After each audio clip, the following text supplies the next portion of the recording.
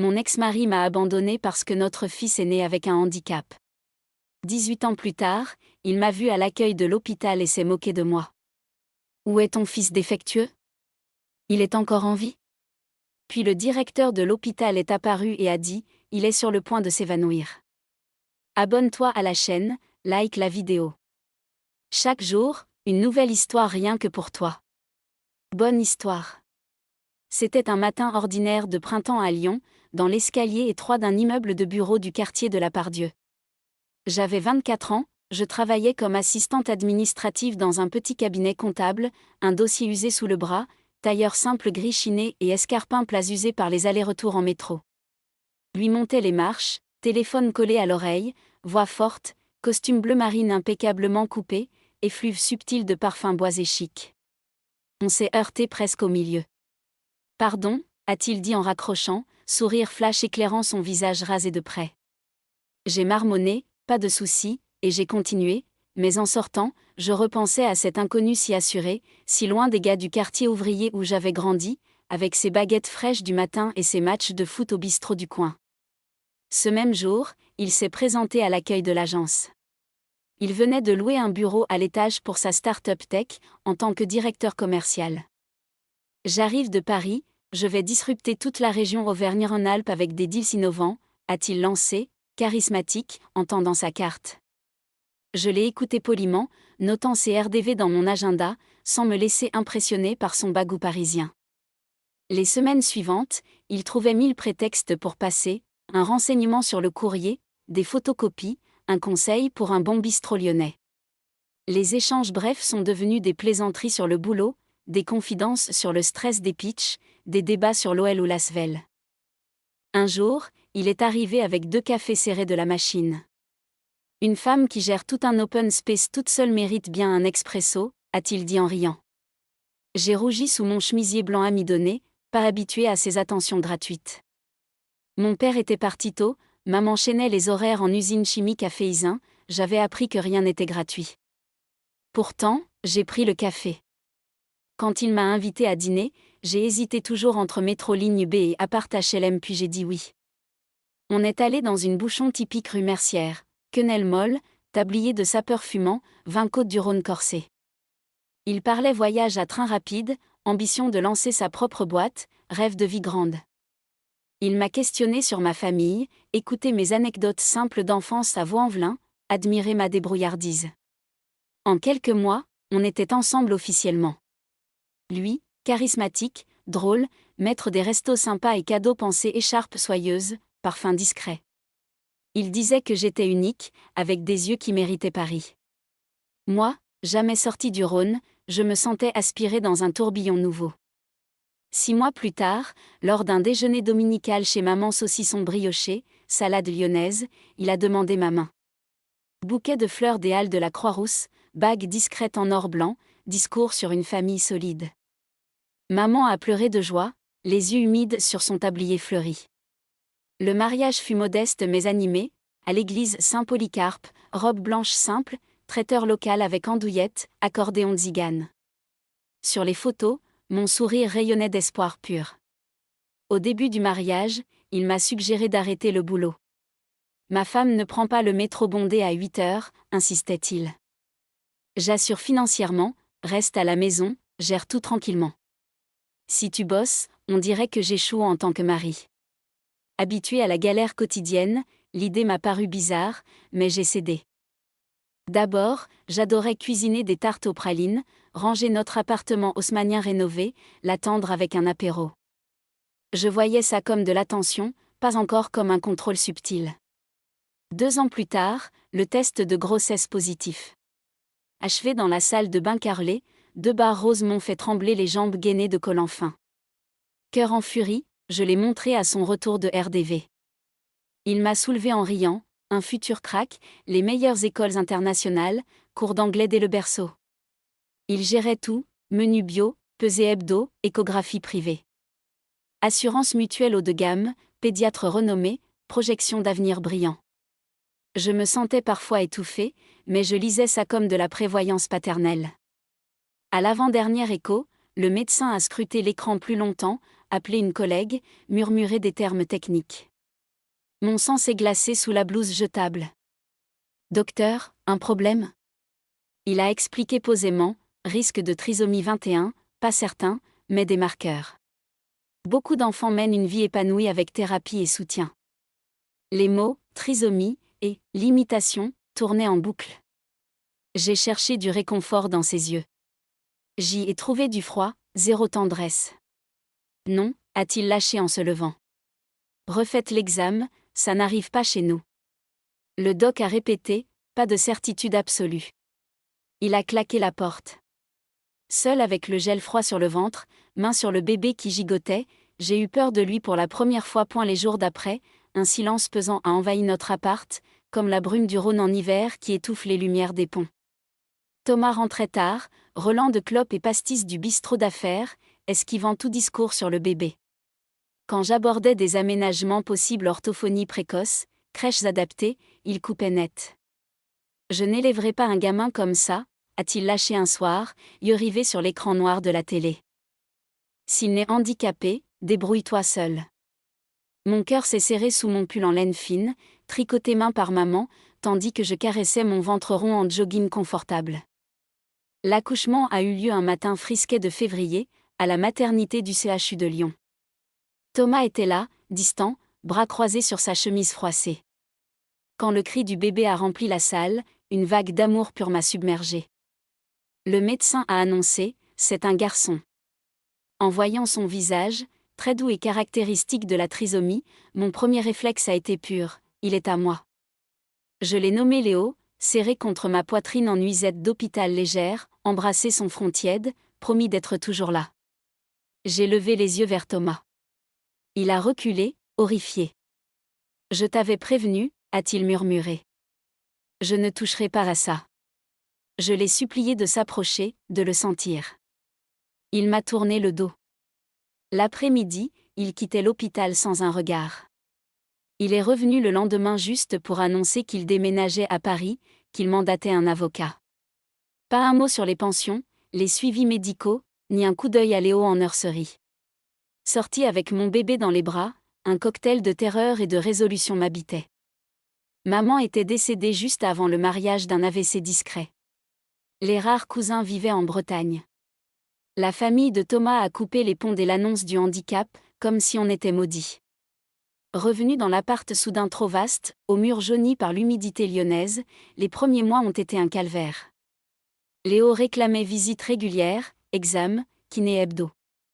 Il pleurait des nuits entières, dormant par bribes.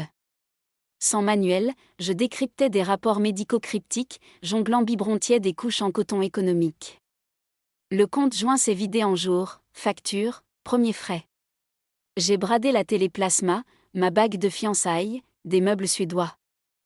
Lors d'une consultation en CMP pédiatrique public, j'ai rencontré le docteur Émilie Laurent, pédiatre au sourire rassurant.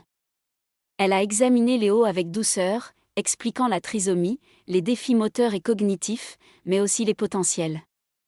Le clé, c'est la stimulation précoce, le traiter en enfant normal, pas en cas. Ce sera dur, mais il apprendra beaucoup. Je suis sortie, ventre noué, mais ces mots gravés, il apprendra beaucoup. Ça dépendait de moi, et j'allais le faire. Pour financer les séances, j'ai décroché un job de femme de ménage dans un hôtel Ibis budget près de Perrache. Nuit hachée, je laissais Léo à une voisine âgée, retraitée EDF, lui glissant ce que je pouvais. Revenu épuisé, jambes lourdes dans mes collants de travail noirs opaques, je faisais des exos avec lui, gestes doux sur tapis d'éveil, comptines en français simple, pages de pommes d'API dépliées. Chaque sourire édenté me rechargeait pour la suite. Le temps filait. Léo a mis du temps à tenir assis, à ramper sur le lino usé, à babiller « maman ». Chaque milestone était une fiesta, gâteau aux pralines partagé avec la voisine, câlin serré. À 4 ans, la pédiatre a poussé pour une école maternelle inclusive à Gerlande. J'ai tremblé et si rejet ? Mais je savais qu'enfermer n'était pas viable. Les premiers jours, durs, gosse pointant du doigt son faciès, moquerie sur son langage approximatif. Léo rentrait mutique, épaules voûtées dans son anorak Carrefour basique. J'ai voulu le retirer, mais la directrice, Atsem chevronnée, m'a supplié d'attendre. Petit à petit, les Atsem ont vu l'inattendu, mémoire phénoménale. Ils récitaient comptines entières, rejouaient histoire d'un coup, détails de coloriage oubliés par les autres points pour l'école primaire, nouvelle odyssée administrative. Certains directeurs refusaient net survue du dossier médical, d'autres acceptaient mollement, sans attente. C'est dans un établissement public modeste de la Guillotière, avec cours asphaltée et préfabriquée, qu'une principale proche de la retraite a parié sur nous. Pas de miracle promis, mais ici, on traite chaque élève comme tel, a-t-elle dit, lunettes sur nez, chignon serré.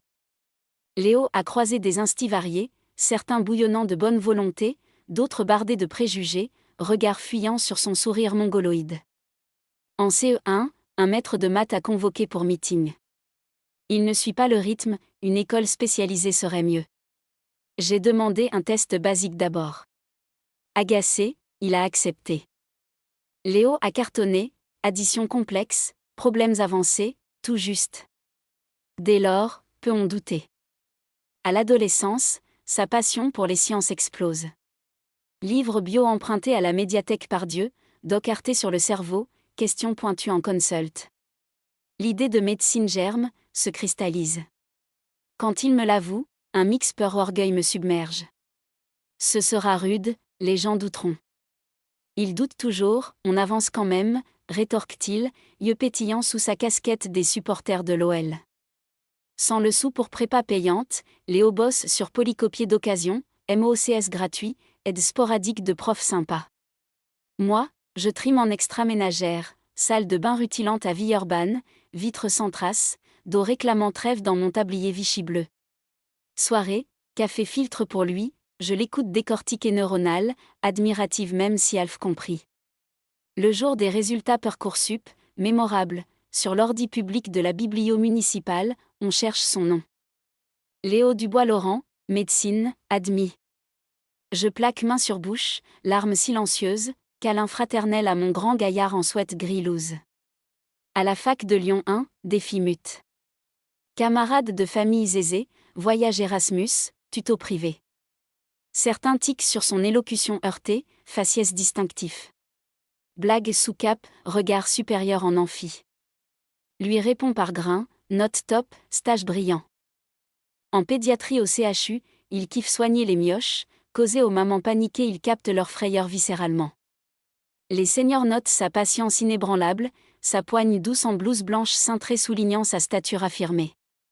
Fin d'études, spécialisation pédiatrie neurologie infantile au même hôpital, centre de référence régional. Avec son premier salaire d'interne, Léo fait deux choses. D'abord, m'offre des bottines neuves en cuir souple adieu mes derbiséculés.